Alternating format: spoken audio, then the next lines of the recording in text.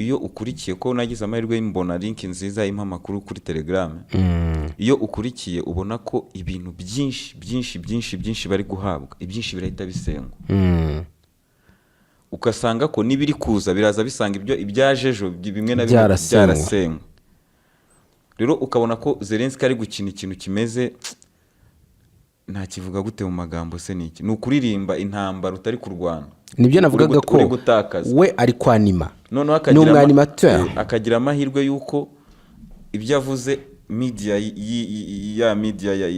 ya western niki yose twese dukurikira yose iri guhita bifata nk'ukuri ikabifeedinga abantu nk'ukuri rero nge numva ko contre-offensive yaratangiye nabyo byashoboka muri zo scenarios zose nabyo byashoboka iyo numva iri probable ni kuba yaratangiye no kuba ibitero byatangira normal byashoboka ariko rero byaratangiye bigatangira gutya turi kubibona nabwo simbona ko byaba ari ibitero byahabura byonyine reka dufate nk'urugero hariya Belgrade aho bari gutera intuza bari gutera udutero shuma hariya hantu hasanzwe hari imirongo miremire cyane y'ibihome by'ubwirinzi bw'Uburusiya kubera ko babihashyize imbere babiteganyije ni ku mpembezi ni ku mupaka niba ubizi neza yuko hano hari ibintu za ubwirinzi ukahagaba igitero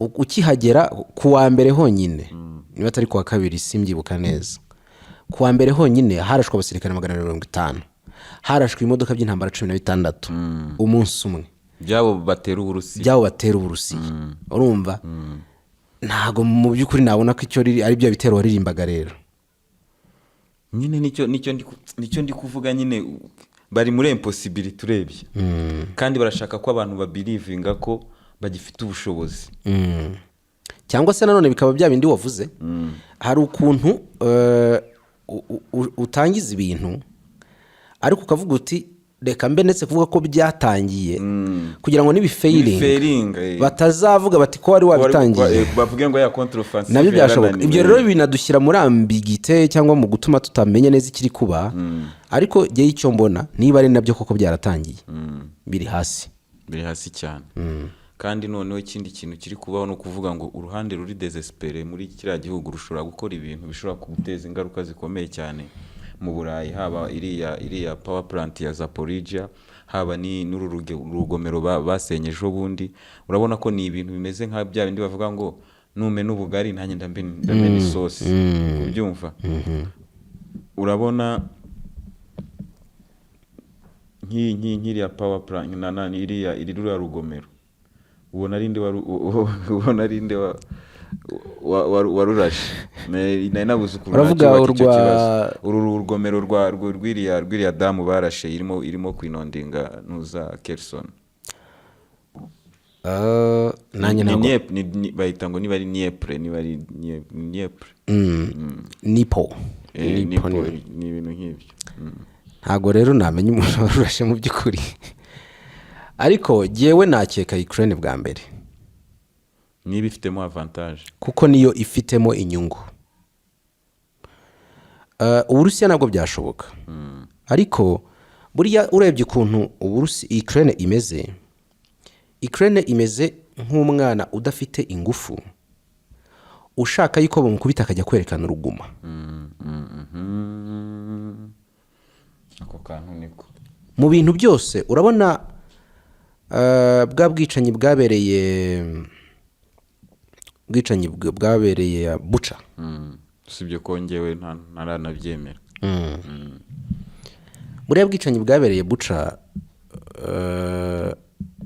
cyangwa se n'ubundi bwagiye buba ahandi hantu hatandukanye aho usanga abaturage benshi bagiye bicirwa icyarimwe mu by'ukuri muri analize umuntu waba ufitemo inyungu ni umuntu ushaka kujya kwerekana uruguma unarebye nibyo mpamvu nari nkubwiye ati buriya bwicanyi bwa Bucha ngiye mwumvamo ibintu byinshi cyane kubera ko wibuke ko nibwo bwicanyi bwahagaritse imishyikirano aho yari igeze kubyumva niyo turufu abongereza bakoresheje bagira Zelensky kugira ngo garagaza iki n'abanyamerika garagaza iki kintu noneho uhita unababwira ko imishyikirano itagishoboka ariko imishyikirano yari igeze kure nayo yatumye n'Abarusiya basubira inyuma niba ubyibuka rero ziriya ni propaganda za Zelensky buri intambara igira tekinike nyinshi ziriya nazo ni zimwe muri tekinike kuba umuntu muri muhanganye ariko wowe agahita akubwira ko urimo ukora ibyaha by'intambara, ko urimo wangiza uburenganzira ugira gute,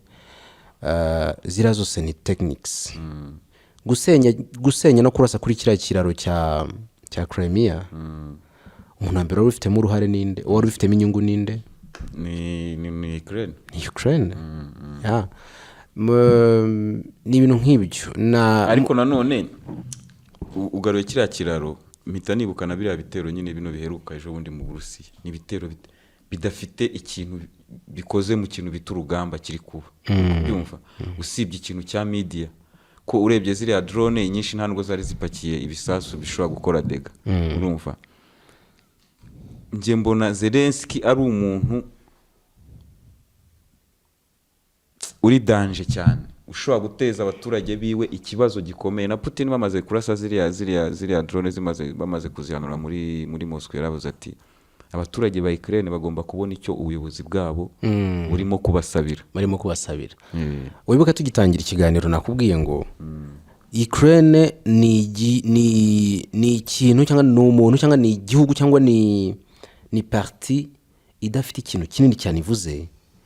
Ukraine ahubwo burage nyifata nk'umucanshuro. Ni umuntu uri kurwana mu by'ukuri urugamba mu nyungu z'abandi bantu, abitekereje cyangwa atabitekereje si uri kwirwanira. Ni umuntu uri hariya, kuko iyo aba ari, ni nayo mpamvu buriya ibyo bintu bisobanura impamvu Russia yahinduye plan itangira urugamba.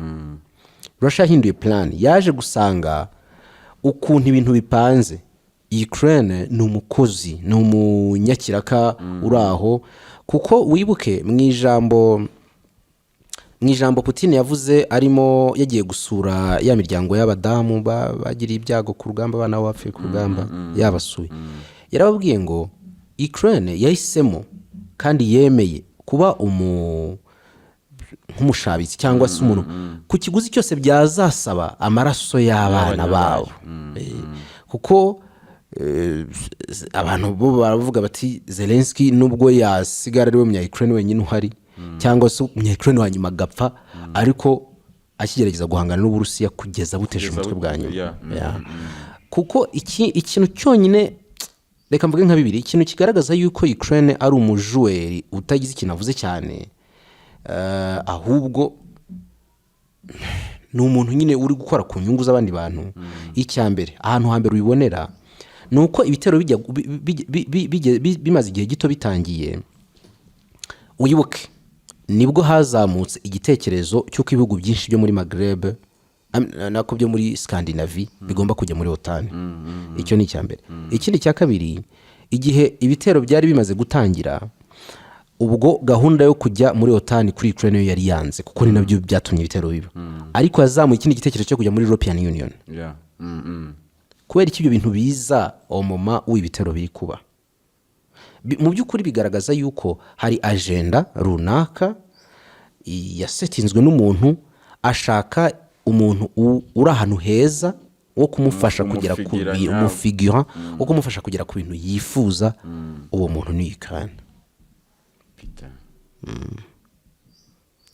None hari ikindi kintu abantu benshi bajya bibaza, kuko muri iyi ntambara muri media dukurikira Uburusiya ni agresseur, niko babwita. Nibwo mbese ngo bwateye abanya-Ukraine.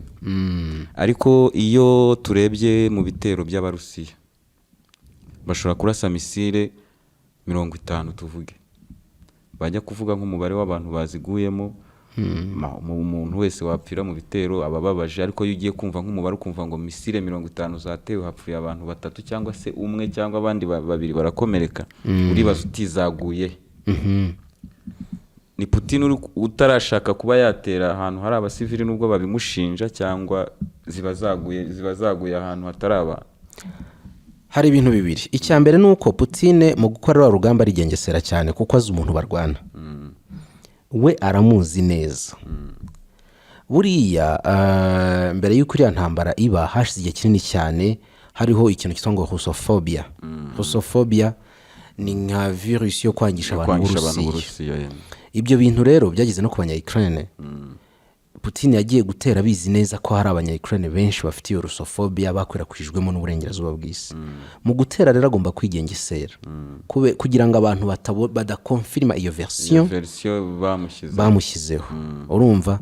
Ariko ikindi cya kabiri, Putin ari gukora iriya ntambara iyanga kugongana n'amategeko mpuzamahanga, kandi ariyo baheraho bamushyiraho ibihano by'ubukungu, kwica abasivili benshi, kwangiza ibikorwa remezo bya gisivili byinshi. Uko Putin yakora ibyo bintu ku bwinshi ntabwo ariko Ukraine yabikora. Uyu munsi Ukraine iraza igasenya ikiraro cya Crimea, urumva, bakayikomera amashyi. Ariko Putin yibeshya agasenya inzu y'umuturage we, ubwo abakoze icyaha cy'intambara babiheraho bakamushyiraho ibihano. Biratandukanye, sinzi nuko ndabyumva. Rero Putin si intungane ku buryo atakwica abasivili, biraba cyane. Ariko icya mbere arigengesera cyane, kandi rero urebye usanga kwica abasivili kuri Putin we nta nyungu bimufitiye. Mu buryo technically, mu buryo bw'urugamba nta nyungu yabigiramo. Ikintu yagiramo inyungu ni ugusenya komande za gisirikare, komande poste za gisirikare, ibikoresho n'amastoke n'iki, cyangwa se ibintu bifite ikintu bivuze ku buryo bihungabanya cyane imbaraga za Ukraine. Ariko ikindi nanone, Putin nawe navuze ko umumarayika ashobora gukora ibyo bitero bikica abasivili. Ariko wibuke Zelensky agomba guprotectinga abaturage be ku buryo kuguma kugaragaza yuko abaturage bari gusiga ubuzima muri iyo ntambara byazagera hakaba uburije yo kureka intambara. Ari byo bategetse na Mandela kwemera. Rero nge numva abanya-Ukraine baratanzwe kandi ubona ko igihugu cyabo cyagizwe nka laboratoire ariyo guca intege y'Abarusiya, ari ugutestingiramo ibyo bikoresho byabo bishyashya.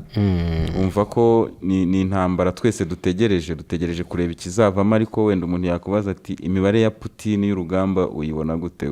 Urayemera cyane? Imibare mu buhe buryo?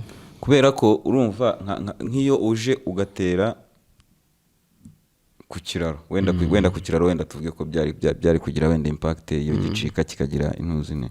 Ariko iteye nk'akadrone kadafite ibisasu kagatera nko mu Burusiya, uri kurwana, urumva ku ntambara yo kuvuga muri media, twakoze gutya, ugasanga undi ni nkaho yicecekeye. Uri kubyumva? ashobora no kuguha Kherson akayivamo akayikurekera, ugasigara uririmba uti namutsinze Kherson, kandi we yivanyemo kubera ko abona ko n'ubundi ni kiriya kibazo batinyaga. Baravugaga bati tugumye muri Kherson bakazasenya iki kiraro, ingabo zacu zabura support. Bahitamo guhita Solvekina kijyaho niyo wahise atanga icyo gitekerezo, bahitamo gupuringa out bava muri Kherson.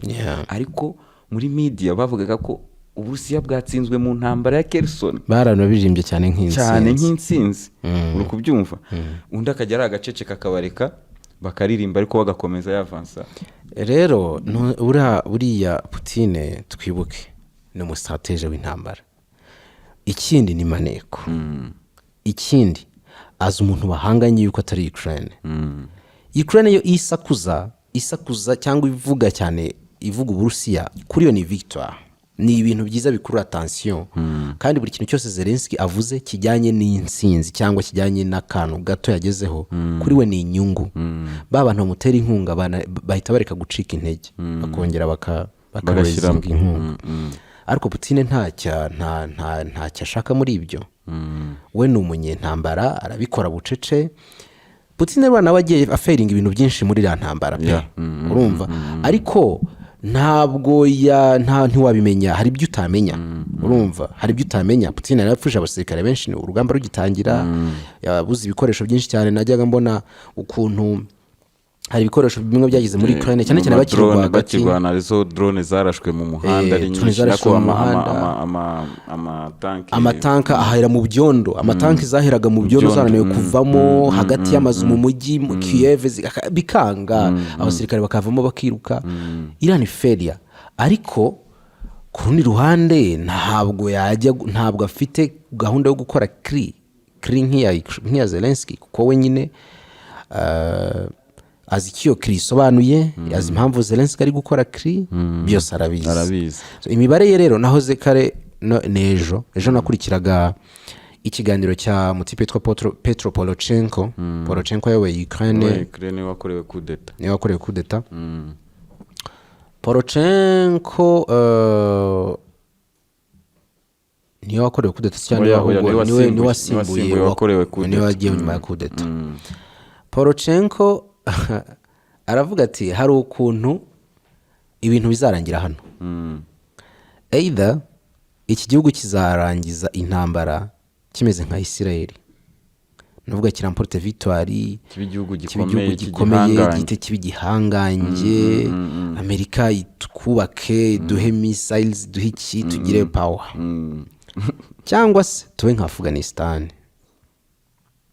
igihugu gisenyuke, urumva, gisenyuke gisubire mu biganza bya ba nyiracyo ba kera, kandi ubwo abo ni Abarusiya rero. Kubera yuko buriya unarebye neza ahantu hose Amerika yamaze ikarwana igihe kirekire byarangiraga itsinzwe. Ubundi kurwana igihe kirekire kuri Amerika ni ikosa. Impamvu zo gutsindwa ni nyinshi, ariko iya mbere nuko iyo urwana udafite ikintu urwanira bugera ukabirambirwa.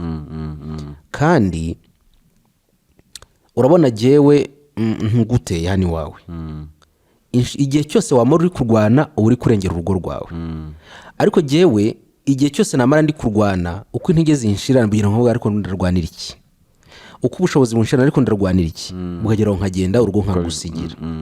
Dushobora gusiga urugo ari amatongo twarusibasibye, ariko birangira w'iryo tongo urigumyemo.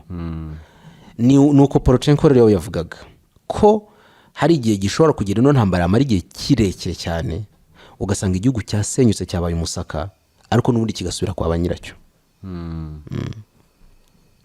Biteye ubwoba ibyo bintu, biteye ubwoba. Kandi ngiye mbona ko probability zo gutsinda bakaba nka Israel zo ntazirimo, ahubwo Poroshenko namubwira ati yitegure kuzirukanka inyuma y'indege nk'ibyo twabonye muri Afghanistan no guparama. Hari umudepite wo muri Duma n'inteko y'Abarusiya yarimo kubabwira ati mwebwe mwitegure kwirukanka inyuma y'indege muparama kuko turaje. Ni ibintu uvuze nibyo, kubera ko abanyamerika kubivamo ni ibintu bitabagoye cyane. Bo n'ubu ngubu baracyashaka context bazabinyuzamo, baracyashaka context. kandi buriya reka nkubwire, abanyamerika ni abantu agenda yabo iyo basanga nta gihombo bagira bashaka kuyihindura anytime. Si nkubeshya, ntiharigeze twabonaga ko aya majyepfo ya ruguru zafatanye, twabonaga zafatanye ku butegetsi bwa Trump, ku butegetsi ya ku bwa Trump nibwo hagerageje kuba mu bintu, ariko tujya kubona barabikarumye birarangiye. Nta nubwo ntekereza yuko iyo Trump akiri ku butegetsi situation imeze gutya. Sinanatekereza yuko undi muntu wajya ku butegetsi muri Amerika n'ubundi yaguma kumera icyo situation. Hari ibintu byahinduka. Abanyamerika ku bintu biri byo hanze bashobora guhindura agenda anytime. None se ubu watekerezaga yuko umujinya Bush yajyanye muri Afghanistan za Iraq, watekerezaga yuko nyine byagezeho bikarangira se agahita avayo? Agenda bashobora kuhindura anytime, kandi no muri Ukraine bishobora kuba ukajya kubona ukabona Amerika ivuze ko nta nyungu igifite cyane muri kiriya gice. Kavuga iti kugira ngo mupe mwumvikane na Putin. So tukiri kuri Amerika rero tunasoza tugana ku musozo, no nakomeza kugushimira ku kiganiro cyiza uri kuduha. Ndumva abantu barimo gukurikira ikiganiro bakomeje kuryoherwa. Ibi byose turi kuvuga bitegereje n'ikizava mu matora muri Amerika.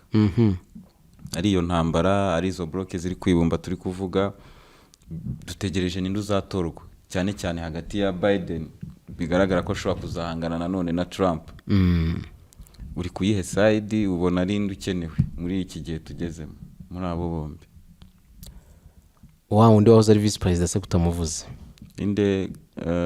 Vice president wa Biden ni Harris.